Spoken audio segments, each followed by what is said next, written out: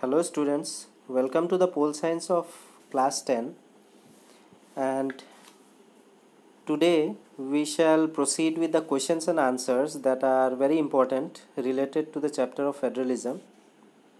So in the previous class we have completed the revision part from the chapter number 2 federalism. So today we will discuss the important questions and answers related to the chapter federalism. So let us proceed then. Question number 1 is, how many seats are reserved for women in the local bodies in India? Local bodies means the local level of government. That is the third tier of government in India.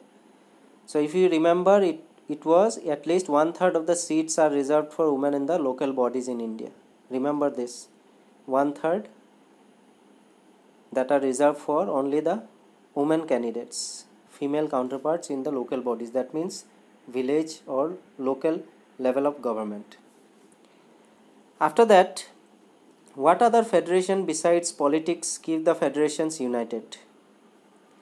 That means apart from political background or political scenario, what are the other factors that keep federation united? That means united in the way the federation is running successfully. What are the factors other than politics?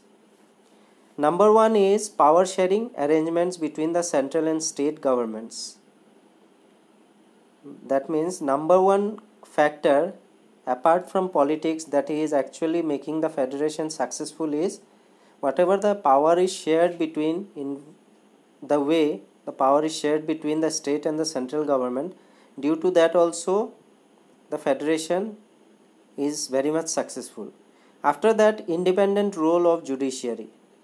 That means the judiciary, whatever the highest authority body is there, that is known as judiciary, it is what? It is very much independent. That means it is not under anyone's pressure, that it has to abide by the central government or it has to abide by the state government. It is completely independent. For that also, whatever the decisions it is forwarding, it is actually the correct decision that is to be forwarded. So its independent work actually is also the second reason of the federalism or the federations to be successful.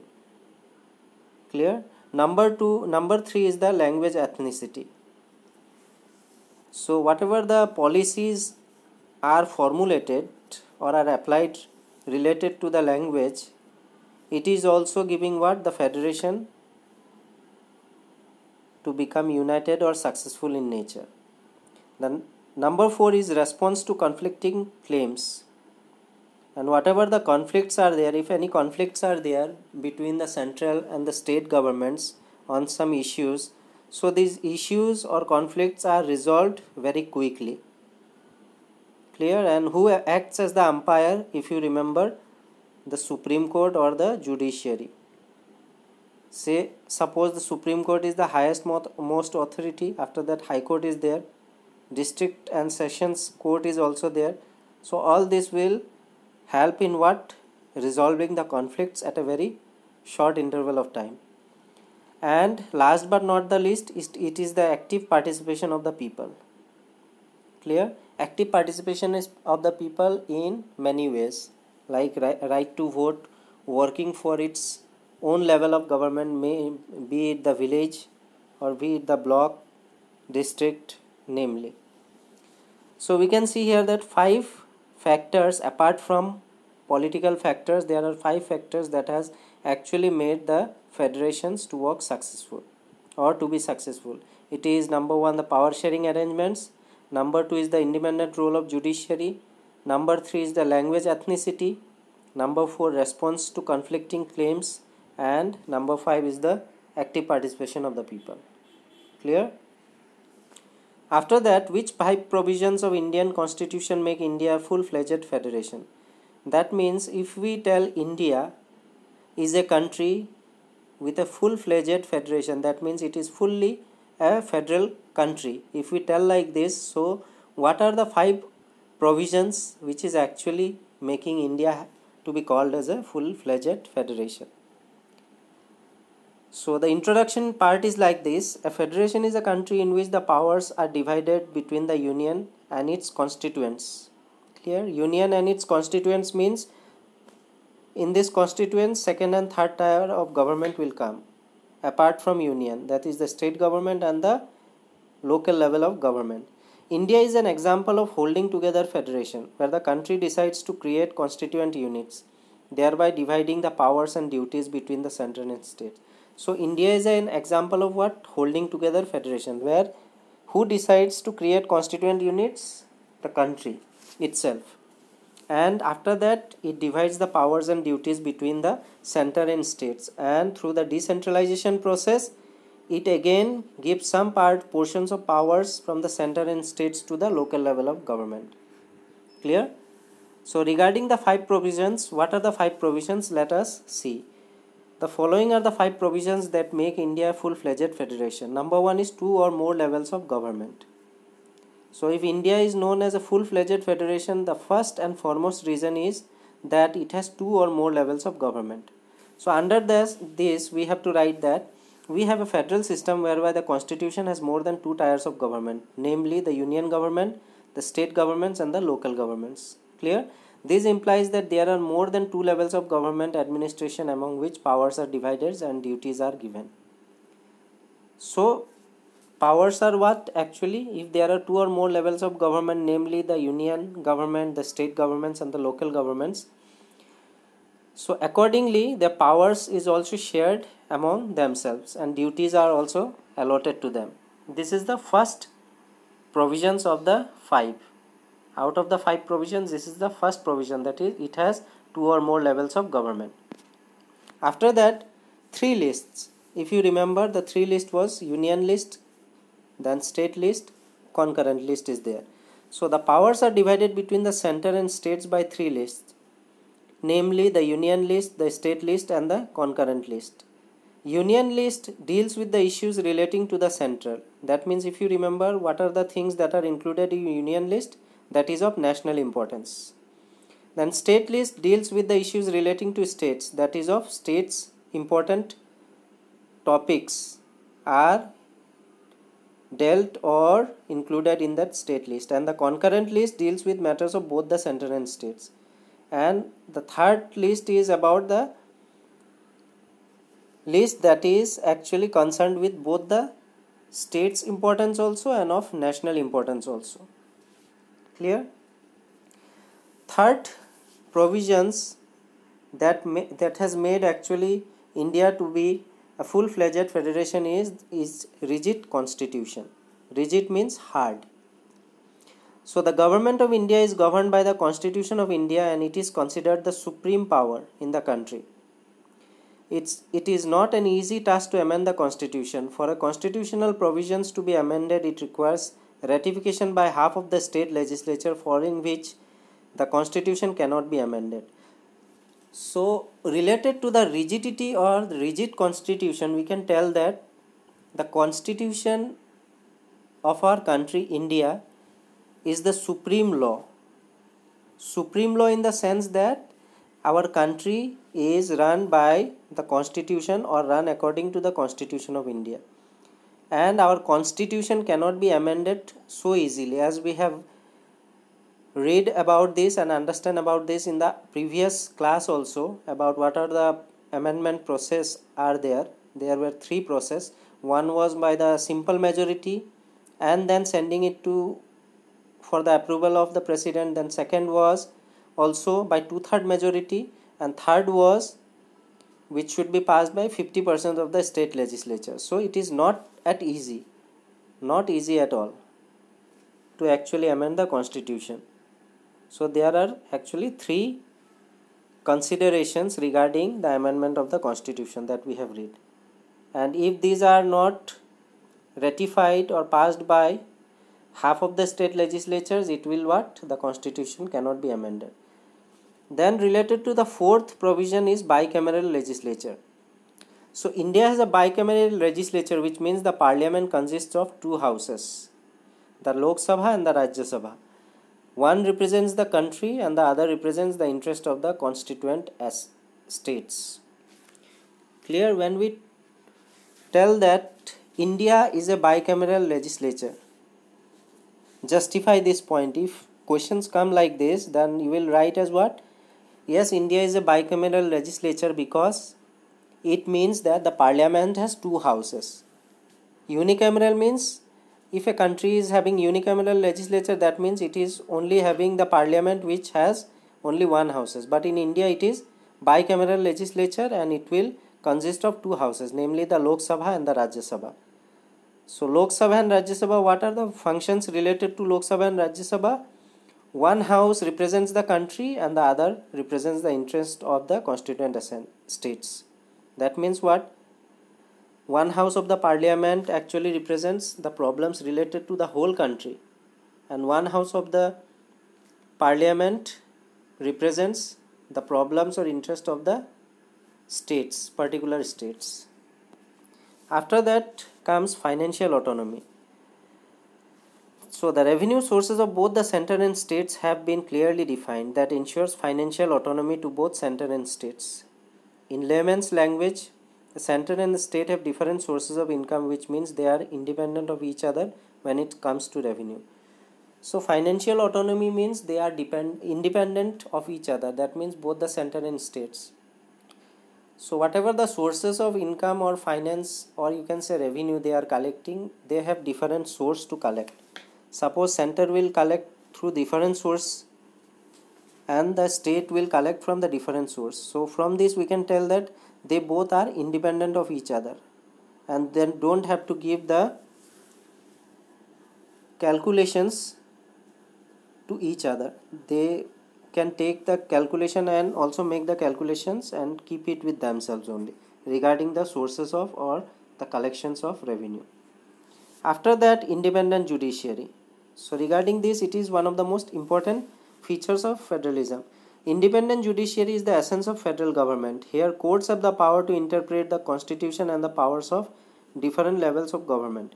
In India, the highest court, the Supreme Court, acts as an umpire if a dispute arises between the different levels of government in the exercise of their respective powers. As previously we have discussed that judiciary, in order of becoming independent, is the most unique feature for the success of federalism, because the highest court is Supreme Court in India and it is what? It is actually helping out to resolve any conflicts that is actually there or arises there between the central states, and it helps to resolve all the disputes in a very shorter period of time. Clear? After that, one more question is there. Explain 5 changes that towards decentralization brought in the constitution after the amendments made in 1992. Regarding this part also we have understood that whatever the decentralization process was done or amendment was passed in the year 1992, after that what were the changes that were made? Number 1, it was made constitutionally mandatory to hold regular elections to local bodies. That means before 1992 regular elections were not held properly, but after this decentralization or amendment process of 1992, it was mandatory to hold regular elections to local government bodies. After that, seats were reserved for SCs, STs and OBCs in elected bodies. Then number 3, women were given 1/3 of the vote or representation, that means 1/3, whatever the seats will be there, it will be reserved for women. The female counterpart will actually can contest in that elections. After that, an independent institution called State Election Commission was created to conduct local body election. That means, suppose say for example, if there is a local body elections in Assam, then who will be given the charge to conduct that election? The State Election Commission of Assam will conduct that election. Clear? After that, state governments were required to share the power and revenue with local bodies, and regarding the power and revenue, sharing of power and revenue with local bodies, the state governments are very much required to share this revenue with the local bodies. After that, one more question is there. Write a brief note on village councils.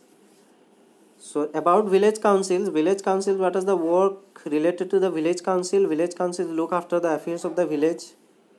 Number 1, had police and judicial powers and were the lines of contact with higher authorities on matters affecting the villages. So they will look after everything, affairs of the village, police and judicial powers, and whatever the higher authorities contacts are required regarding the peaceful settlement of the conflicts in the villages, that are also being done by the village councils. Custom and religion elevated them to a sacred position of authority. Whatever the works they are doing, that will take them to a sacred position of authority.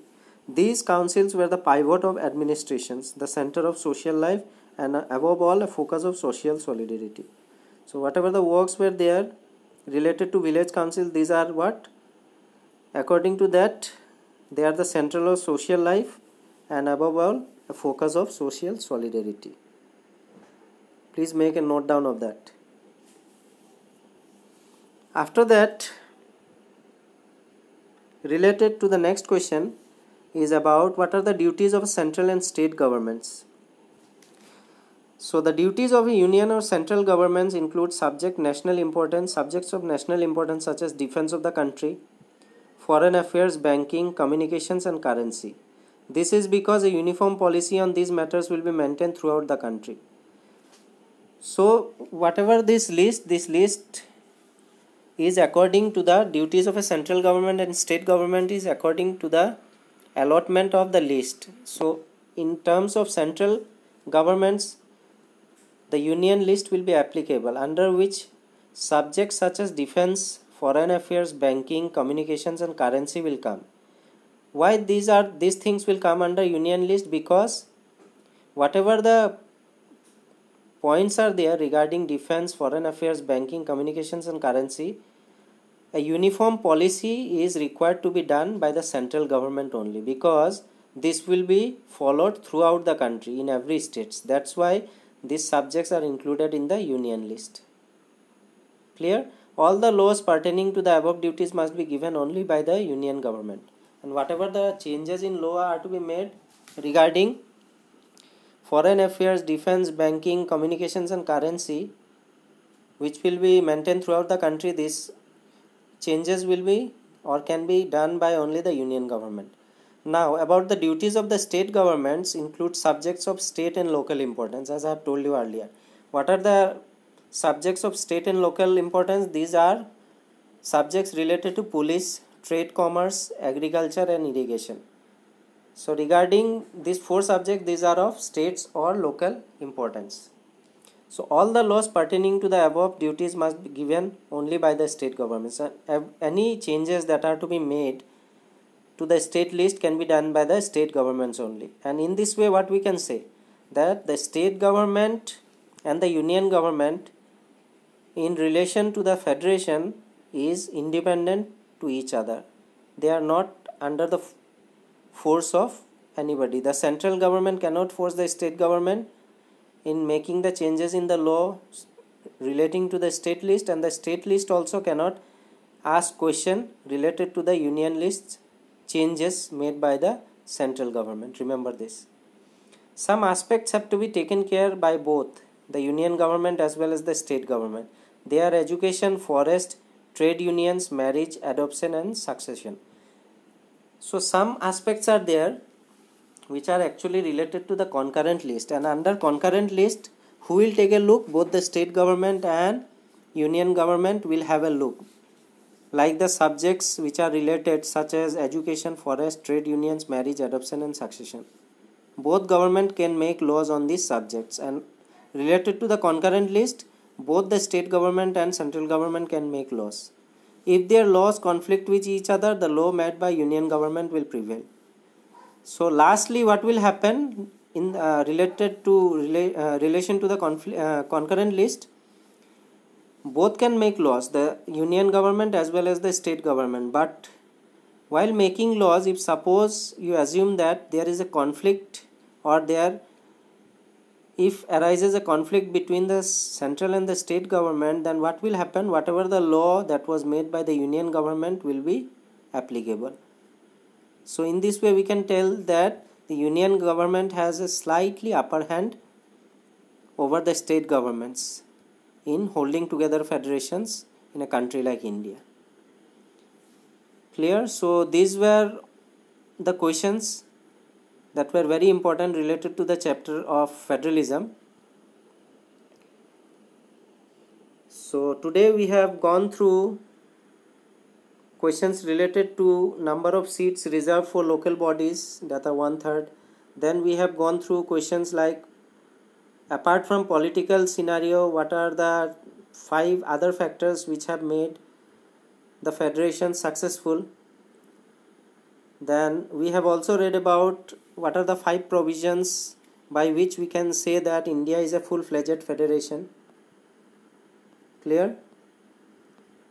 After that, we have also discussed about the changes, 5 changes which was done after the 1992 Amendment Act, that was the decentralization process.